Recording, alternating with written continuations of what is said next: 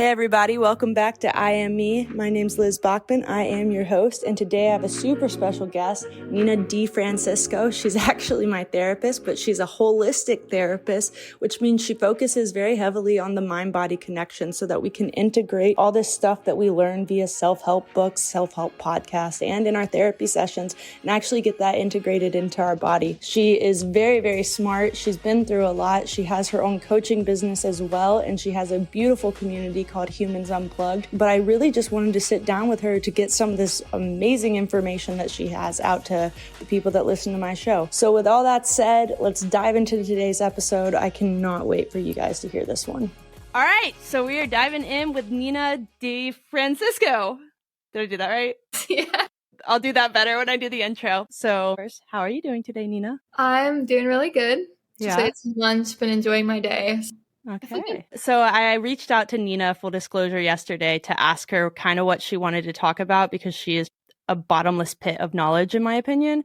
So I wanted to know kind of where her head is at. And that's how I prepped for this interview today. So I'm going to let you kind of recap that, and then we'll dive into the actual interview around that. So recap.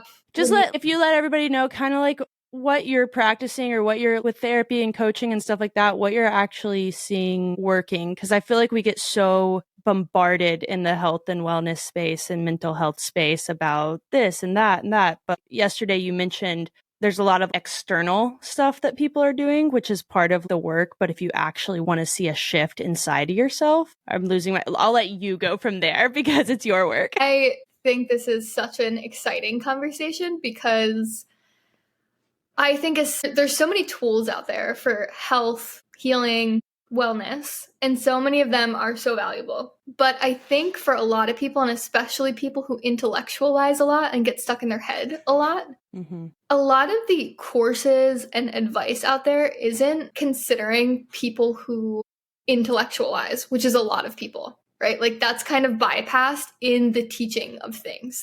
I'm like, hi, that's how I started working with you.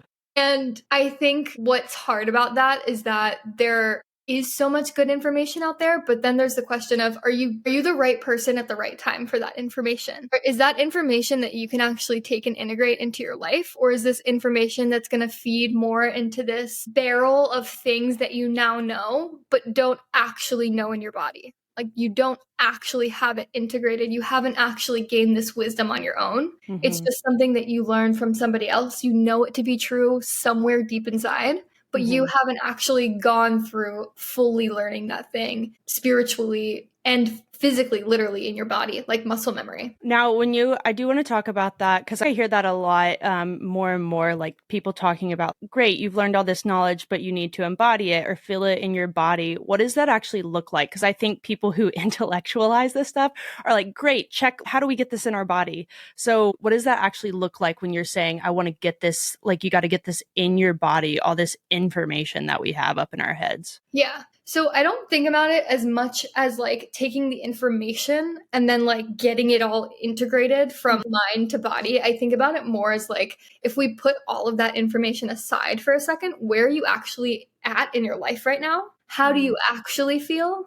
How do you actually see yourself? And how do you actually see the things in your life? But if you put all of those things to the side, because we can bypass so much of what we feel and so much of our experience by constantly going up into the head and jumping into those things. But what happens when you do go back down into your experience? And what that would look like is, instead of talking about, a lot of people will say, well, I know I should feel like this because by now, you know, like I'm kind of at the point in my life where, hold on, cut. How do you actually feel in this present moment? And letting there be some space for that and letting there be time to process that, instead of this is where you should be, or this is what you think is right, or this is where you want to be, or for the past 10 years, you've been in this place. All of that is relevant in some way.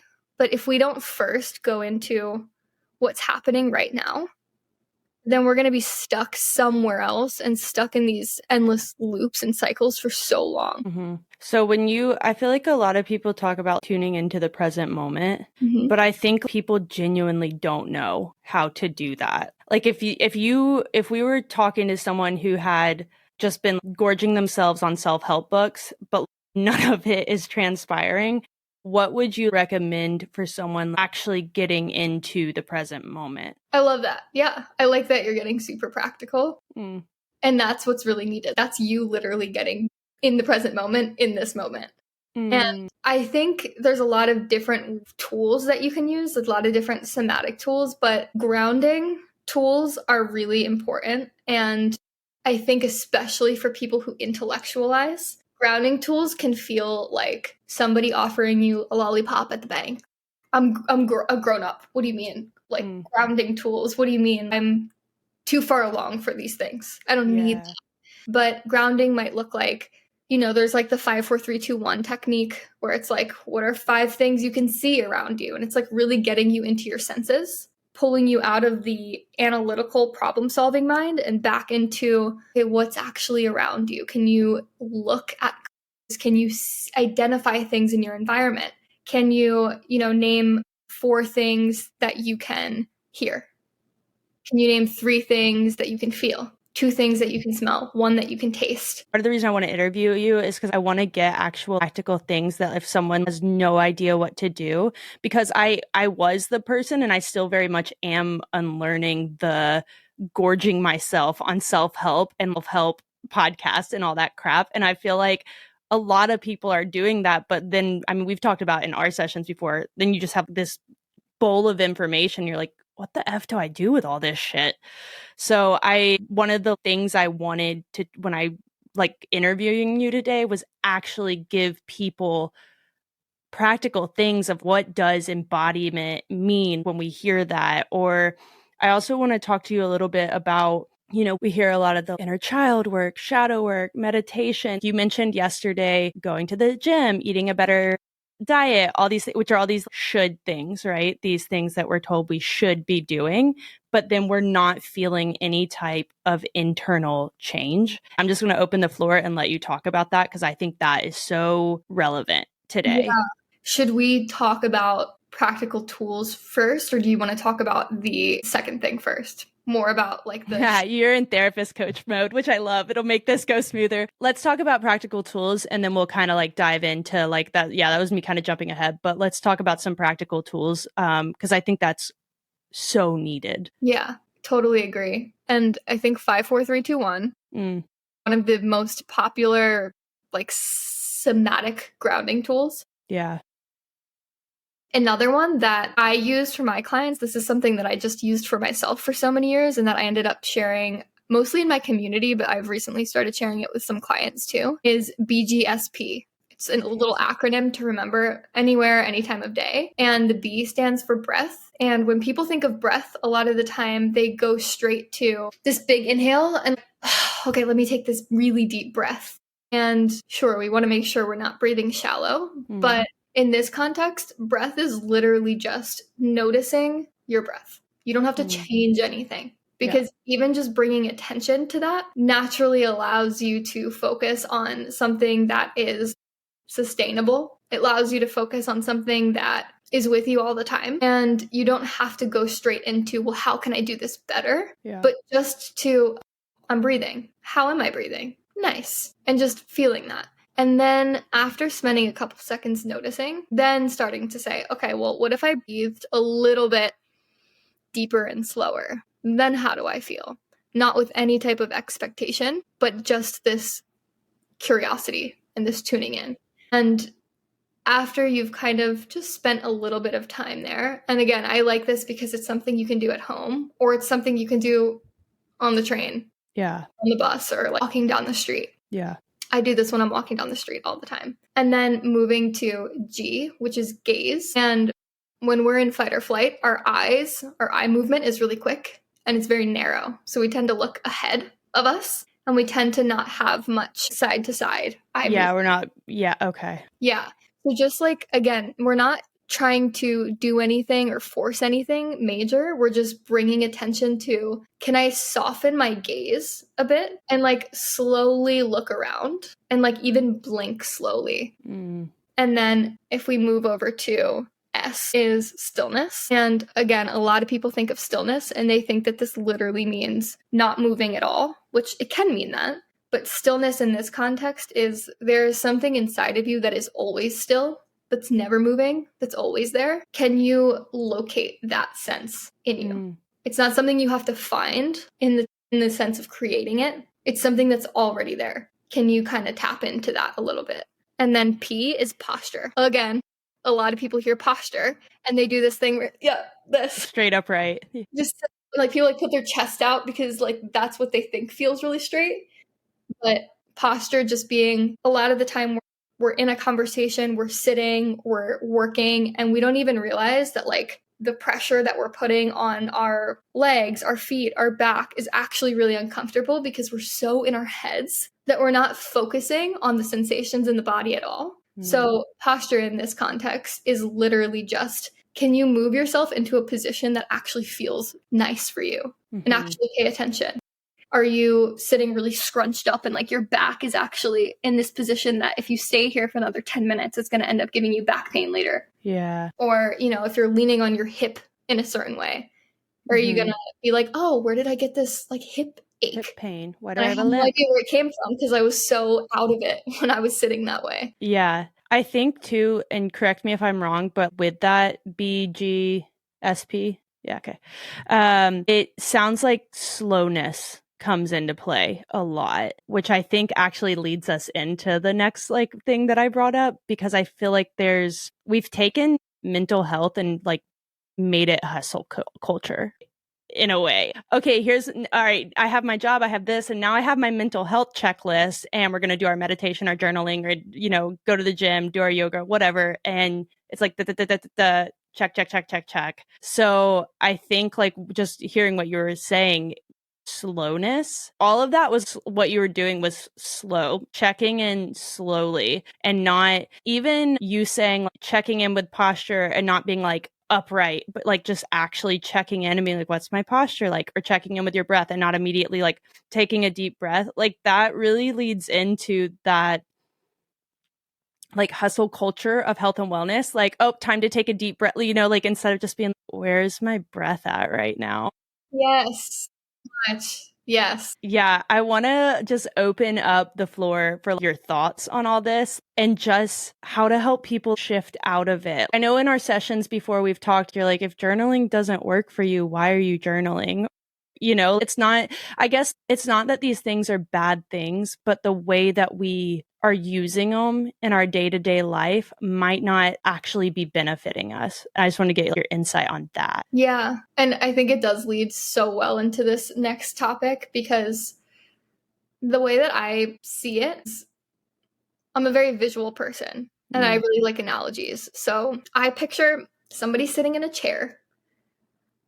This is going to be such an odd image. No, it's fine. We're here for it. Somebody sitting in a chair, right? And imagine this like really big monster with its mouth open underneath you. Okay. Okay. I got it. Locked in. Okay. Really big monster with its mouth open underneath you. And you're kind of just like sitting on its tongue almost. Okay.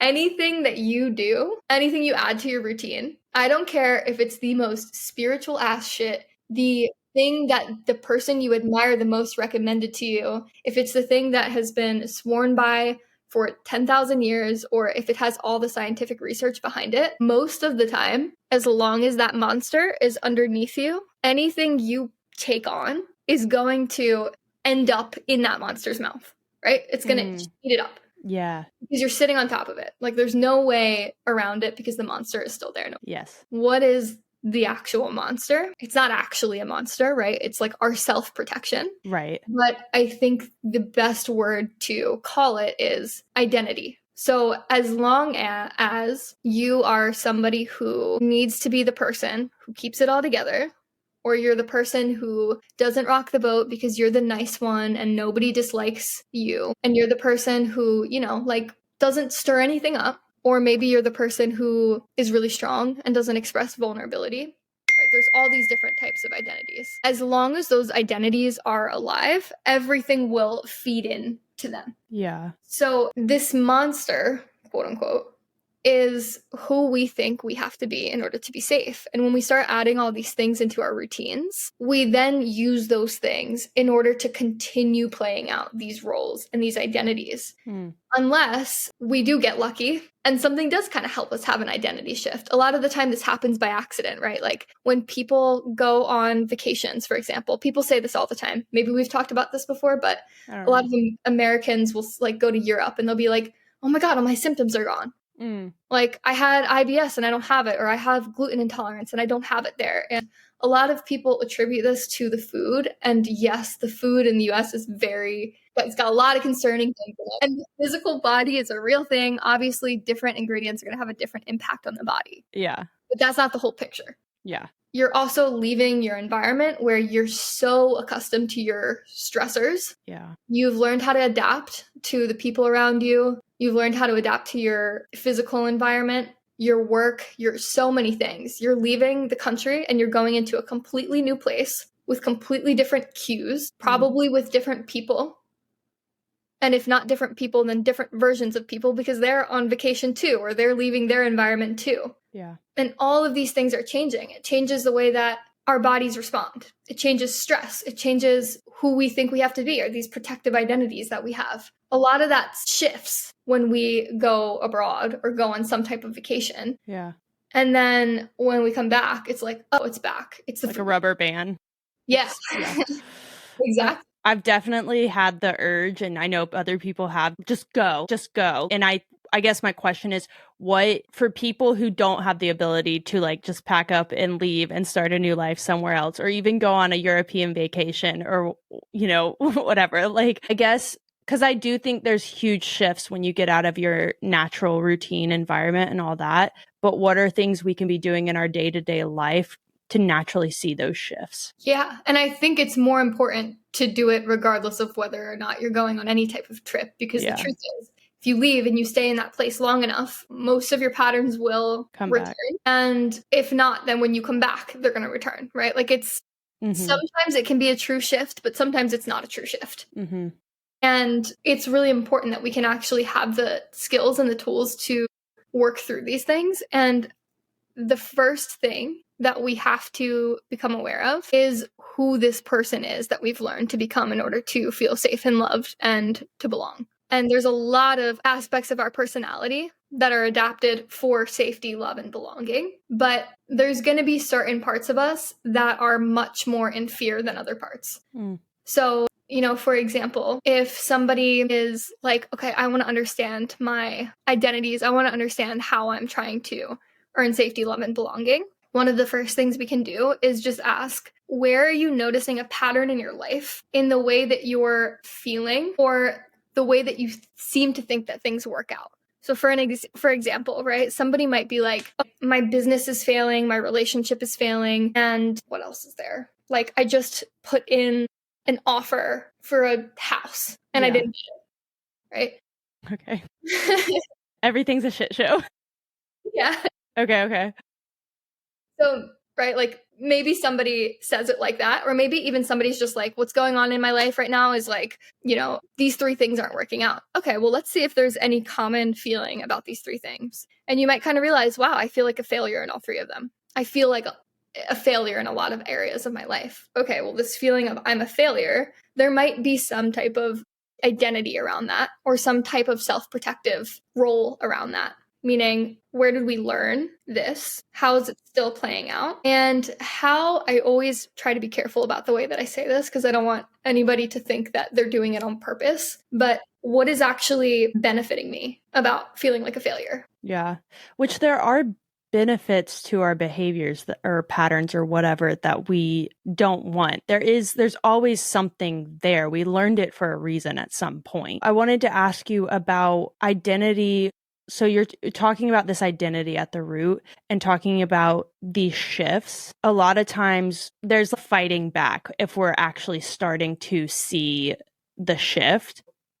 Kind of like that rubber band. No. This has been working for us for so long. Like, what are you doing? So what are your recommendations for people like that period trying to you talked about a version of yourself. I literally wrote it down. Wait, I want to say what you actually said.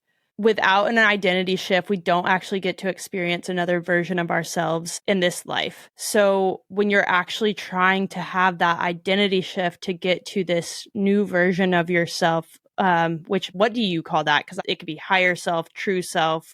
I feel like there's a lot of terms that are being said that mean the same thing. Yeah. The first thing that comes to mind for me is a you that feels safe enough to be who you are. Okay. Yeah, that's great.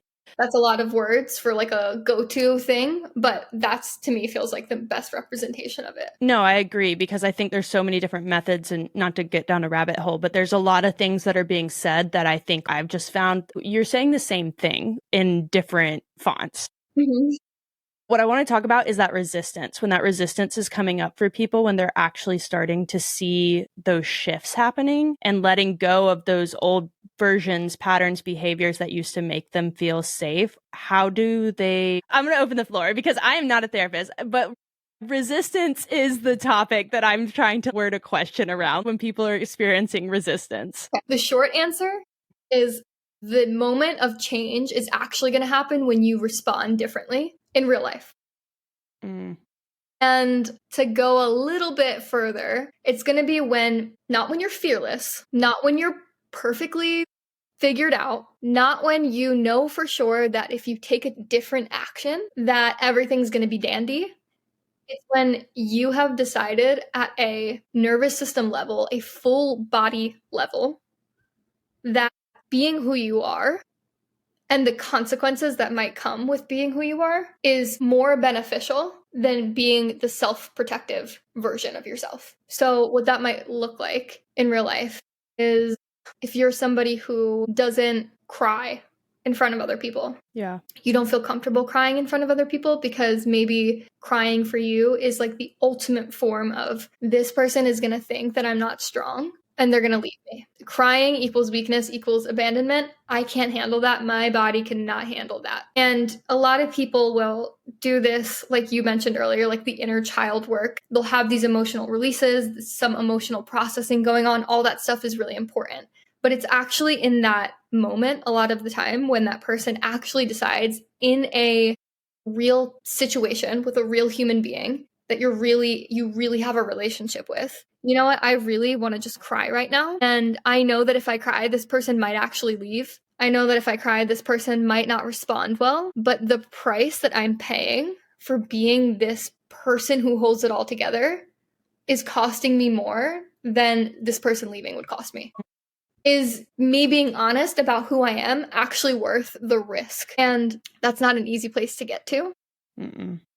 And it can feel like the scariest thing and the most freeing thing at the same time. Yeah. Because most of the time, our worst fear doesn't come true. Right. Most of the time, it's not going to be as bad as you think it's going to be, because the part of you that's predicting the worst case scenario is still 5 years old, 7 years old, 13 years old. It's the part of you that's still predicting the worst case scenario because of something that happened in the past. And this moment isn't that moment, but we feel like it's going to be. And then we spend years trying to make sure that moment never happens again. And so that type of scenario where you just cry anyway or apply it to any pattern that you have in your life, it's not just the crying. It's the, I don't need to be this person anymore to be safe. How can people in your life, obviously you can't put this on other people, but we choose who we let into our life, right? I mean, maybe not family, but like friendships, romantic partners. So how can like choosing the relationships that we get to actually choose in our life, whatever they are, how can we go about that in a way that we are setting ourselves up for truly being ourselves and feeling safe to do so? So how do we choose people in our lives that we feel safe around? Yeah, I guess because a lot of people just they just want people. The idea of being alone or not having people is so terrifying, whether it's friends or romantic relationships or anything like that. Like we just feel like, everybody's, I got to have my tribe, air quotes. But a lot of times I've just witnessed like people's tribe is like, that is not a healthy tribe to be in. Like, no wonder, like, who can feel safe, like, being around that? So, how do we help ourselves instead of choosing things that in the past would have, I guess, repeating the cycle? I guess that's what I'm trying to get at, is a lot of times we repeat the cycle, the narrative that we're stuck in from the past, but we make it happen over and over again for ourselves. So, in this shift, what are things we can be doing to actually allow ourselves to create an environment or relationships that are conducive to allow that to happen for us? Mm-hmm. We have to take responsibility fully for every relationship we've ever had. And especially the ones we left feeling like a victim, and taking full responsibility for not every relationship you chose, right? Like, for example, you didn't choose what parents you're born to. Right. But, maybe romantic relationships or friendships. It's not just, oh, they did this to me, I have trauma from this person, and now I'm spending the rest of my year or my life recovering. It's also, why did I need that person? Right? Like, what part of me actually needed that person? Even if they were toxic, even if they hurt me, what part of me was more safe, felt more safe being the person in the relationship who was the good person? They hurt me. I'm the victim. And it's not that that person didn't actually hurt you, but is there a part of you that feels safer being in a dynamic like that? Because maybe you're emotionally unavailable, or maybe being in a relationship with someone who treats you well is actually like putting you in this position where you feel so seen, and not in a good way. Yeah. Maybe somebody does fully show up for you, and that's actually terrifying.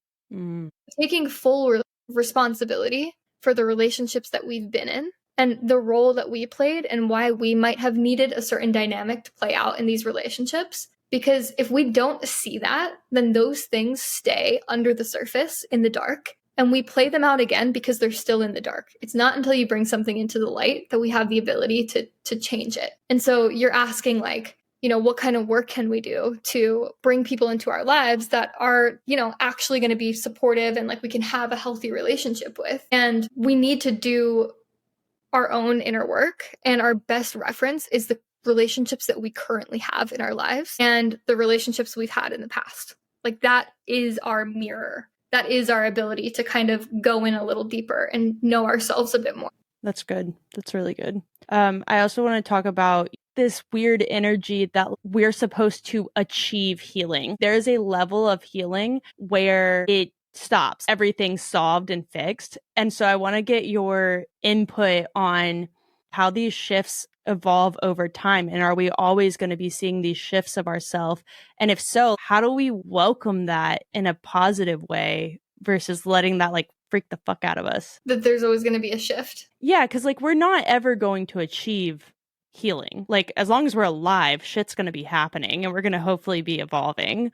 Just the evolution through your life is kind of what I'm asking about. People who think they can achieve being healed, which I don't know. Maybe you're like, no, Liz, you can. Try harder, babes. But yeah, that's my question. I think first you have to ask yourself, what do I think being healed is going to get me? Like, what do I think is going to happen, or how am I going to feel once I'm healed? Because whatever the answer to that is the thing that you want access to. And what would you say for yourself, since you're saying that you feel like you relate to this pattern? I feel like this is borderline an interview and a therapy. I think like to this either, by the way. I feel this too. Yeah. Well, I think that's a great, we'll go to that after, but I'll put a pin in it. I think it's a really great thing that like therapists and coaches are still learning and evolving, and the information they give us and the help they give us is wonderful. But I think we can put those people on a pedestal. My mentor, I can put her on a pedestal so easily. And she's like, nah, babe, I'm still working on my stuff. I'm not Jesus, So, I mean, for me, why relationships and stuff even came up naturally in this interview is I think there's a level of security that I want to achieve. And I just don't, I want to genuinely get to a place where I do not care what people think, because there's been a pattern, whether it's romantically or just, I mean, we've talked about this in my therapy session. I just care so intensely about external validation. So I don't think saying I'll never care what people think, but I think if I could genuinely get to a spot where I'm just, okay, cool, great, that would be a sign of, I don't think I'd feel healed, but I feel shifts had happened for me, I guess, in a really good way. Yeah, because there's a couple layers, right? There's the you caring a lot about what people think, putting a lot of weight on what other people think.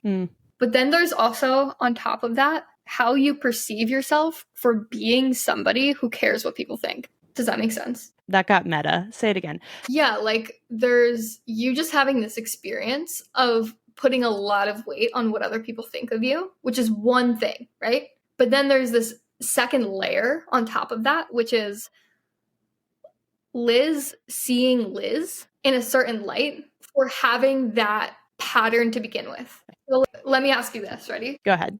I'm ready. All right. If you kind of stepped outside of yourself for a second and you see the version of you who cares a lot about what people think, what is your perception of her? It makes me sad, like desperate. Like my perception of her is just like reeking of desperation, and in a way that's heartbreaking to me.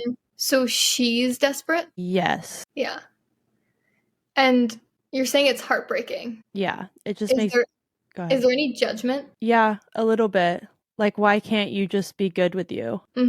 Yeah. The heartbreak is one thing, right? That's like one layer of emotion. And then the judgment of why can't you be good with you is another emotion or experience, right? That judgment itself, to me, is more of where the work is than in you actually caring what other people think.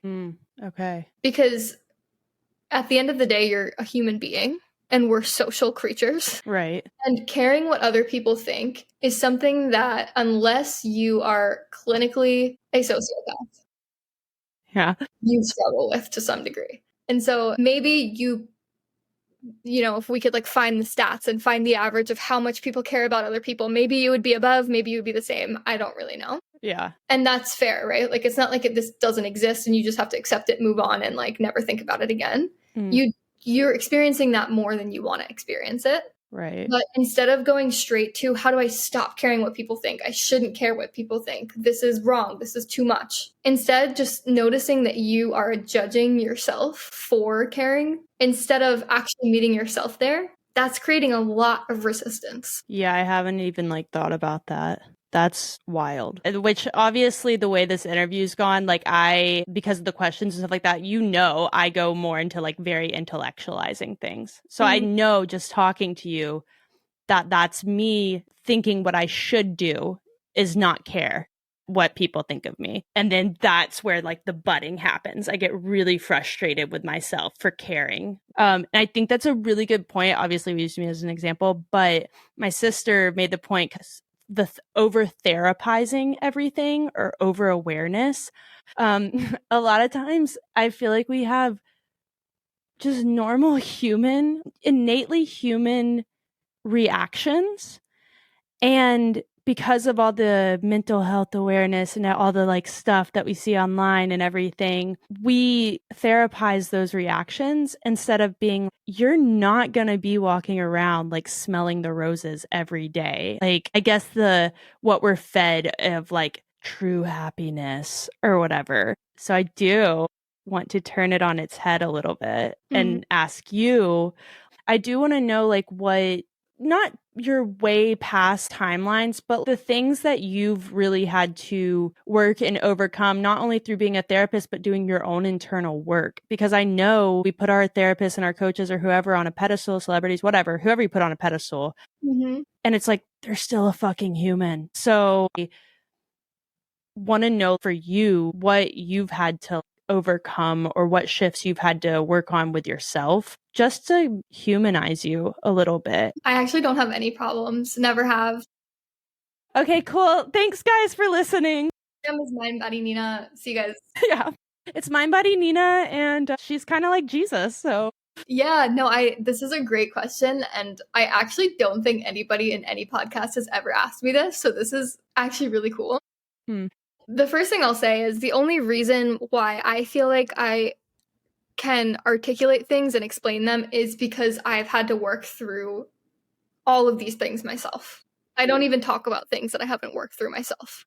It would feel like such a foreign odd topic. It would be like me trying to teach somebody how to like change a car tire, which I don't know how to do at all. And so, Okay.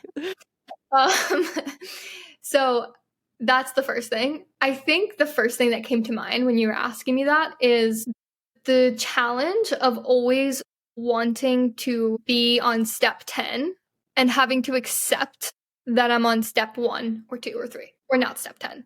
Because my experience throughout my life has been, you know how people talk about your greatest strength is your greatest weakness too? Mm-hmm. I feel in my life, I had a lot of trauma growing up, and it was back to back to back to back to back. Like I felt like I never got to come up for air. And I felt myself, I want to say in like middle school and high school. It was even before that, but I think that was the peak for me, like middle school and high school. I could feel myself really spiraling a lot, and I let myself spiral. I went into a really, really deep depression, and I was comfortable there. I wanted to be there. I didn't want to be out of it. I made it my own identity to even be there.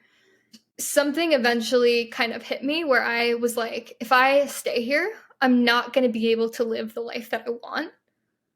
And I don't ever want to be, this is in my high school mind, right? Like, I don't want to be a 20-year-old. I don't want to be a 25-year-old. I don't want to be a 30-year-old, 35, 40, 50-year-old who has the same problems that I see my family having, or I see the people around me having. So if I stay here, then I might end up in that same situation, and I don't want to do that. That realization gave me a lot of strength to keep going and to change a lot of things and to move. It made me start doing a lot of inner work. But I think it also put me in a mindset where I ran so fast and I took so many steps so quickly that I didn't fully accept that the life that I lived for so long was so painful and disappointing and hurtful and shitty.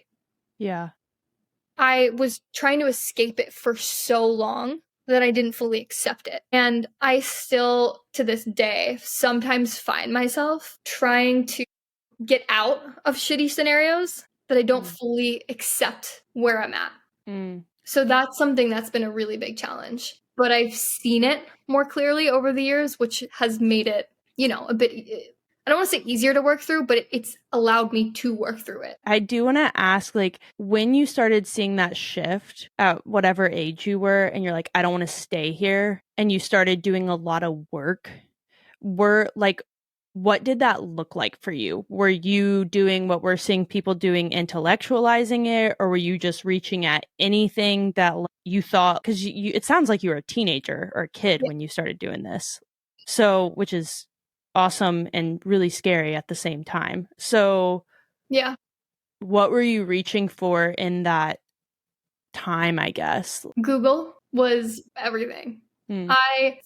I think it realized that you could Google anything, and I never really fully processed that before. So I think I was maybe 16. I want to say I was like 16, and I was in a relationship that was just like, I was with this guy who like cheated on me with 15 girls at this rave or something. Lovely. And I was just going through it. And I remember having this moment where I was like, I don't know what to do. I don't know who to talk to. I don't know who to go to for this. All my friends hated this guy, absolutely despised him. So I didn't feel like I could go to my friends. They would have just been like, we told you not to date him. I'm like, oh shit, they were right. I wasn't going to tell my parents, and I didn't know who else to talk to. So I was like, you know what? I think I can Google this. And I don't remember what came up, but I remember I'd find these like blog posts and stuff like that were just talking about like 10 signs you're in a toxic relationship.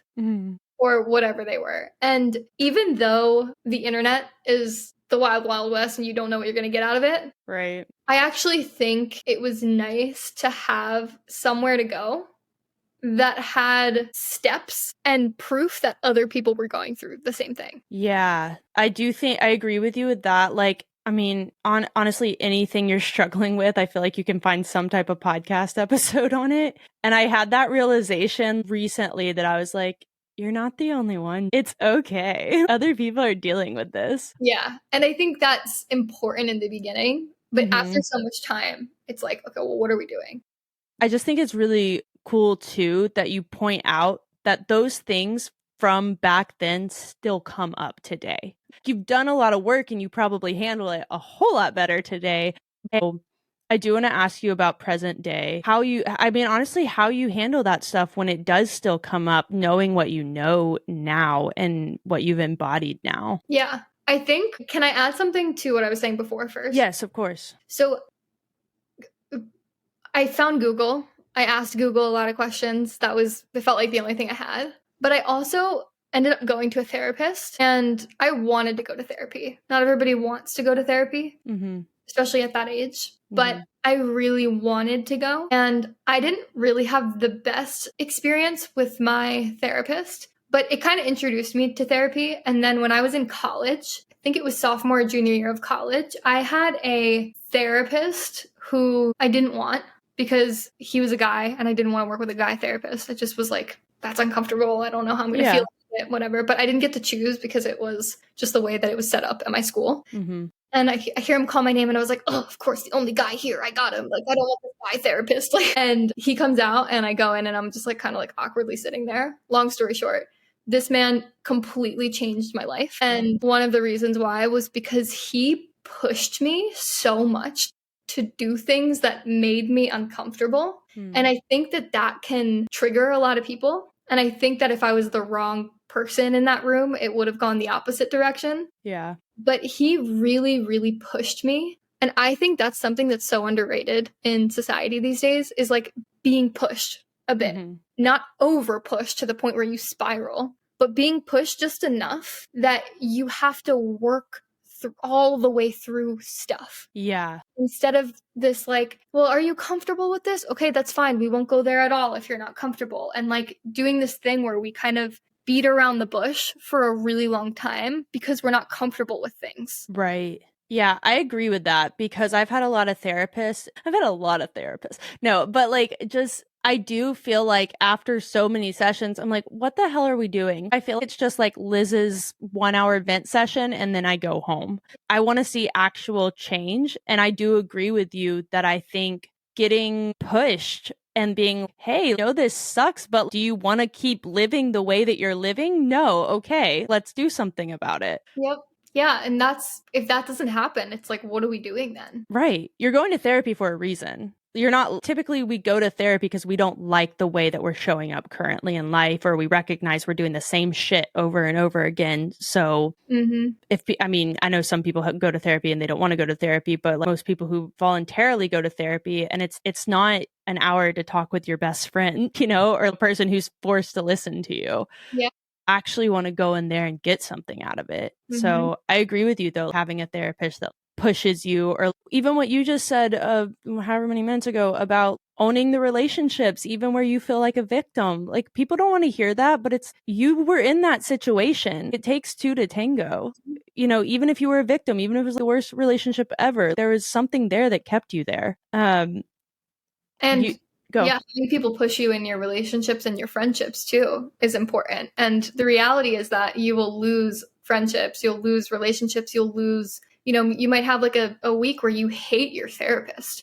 That, you know what? I changed my mind about her. I don't like her anymore. Like she sucks. Like she doesn't get me. And like the reality is, whether it's your relationships, your therapist, whatever it is, challenges being present and having people who can work through them. And like being able to develop the skills, communication skills, the emotional regulation skills to be able to work through these things. Like that to me is what actually makes people happier in life.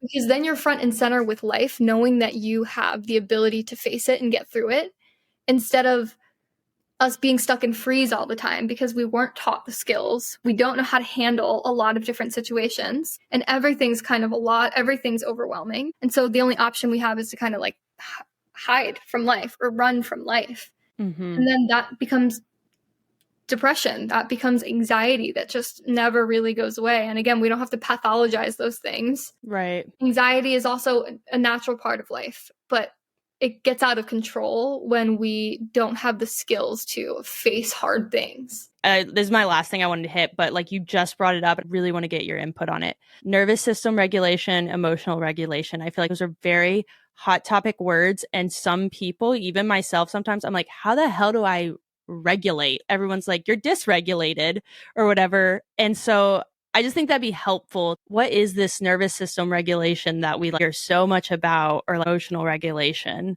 Yeah, that'll be my last question for you, and then I'll wrap it up so I can let you go. I don't want to hold you up. Awesome. I have time. We're good. But okay. Nervous system regulation to me means different things when it comes out of different people's mouths.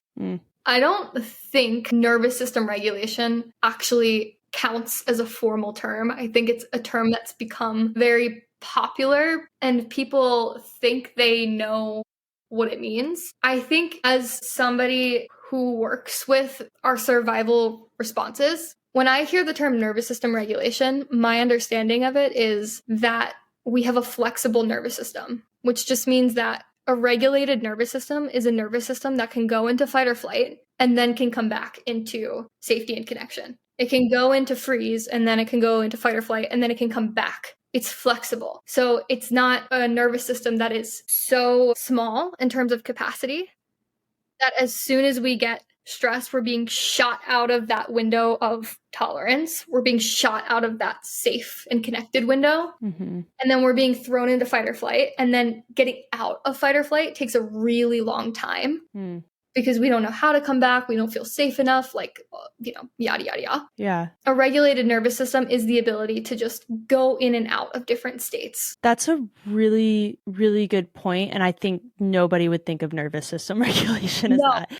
Because people are like, we should be avoiding freeze, fight, or flight. How do we stay out of those? And if we're out of those, we're regulated. So I think that's super helpful, which feeds back into that, let me achieve my most perfect self. That's completely not realistic. But it's not that we're never not going to experience those things. It's just how quickly can we return to. Exactly. Okay. Yeah. How can you return, and how long does it take you to return? Do you have the skills? Do you have the tools to be able to come back? And do you have literally the capacity to be able to hold things? Like, is your capacity narrow? And if you have trauma, the more trauma you have, the more narrow your window of tolerance is going to be. Yeah. But if you get up, maybe you eat your breakfast, you get ready for work, and then, I don't know, your dog runs out into the street or something, is that going to throw your whole day off? Is it going to throw your whole week off? Or is it something that's like, oh my God, this is crazy. This is so stressful. You get your dog back in, you're stressed for the next 15 minutes, but then you kind of know how to come back, and your system just kind of naturally has the flexibility to come back into balance. Yeah. Okay. Or is it something that your system has to take a whole week to recover from? And that's not bad, right? It's just kind of showing what we can hold. Yeah, no. And I think that's a good point to also say it's not bad, because we think of these things a lot of times in very black and white ways. Yeah. So I think that's not necessarily bad. That's just where you are currently. Yeah. And I see these videos of people saying, you don't need nervous system regulation. People overhype nervous system regulation. And I agree that if we're talking about nervous system regulation as a checklist of doing breath work and meditation and never feeling anything bad. Yeah. And taking your shoes off and going outside and grounding. If we think of those things as regulation, we're not fully understanding, because it's not about what you're doing. It's about your nervous system's flexibility and capacity. No, I'm glad we finished with that. I think that's super helpful and beneficial to people. Yeah, I love this. I hope you enjoyed it too. I know I went over a little bit, but I want to let you plug your stuff really quick, where you're at, what you're doing right now. On Instagram, I'm at MindBodyNina. My website is humansunplugged.com, which is where my coaching is. You can find my community, my podcast, everything through there. And I'm mostly on Instagram. Yeah, she is. That's how I found her. Awesome. Thank you so much, Nina. Thank you, Liz. This was so fun. Yeah, I had a blast. Me too.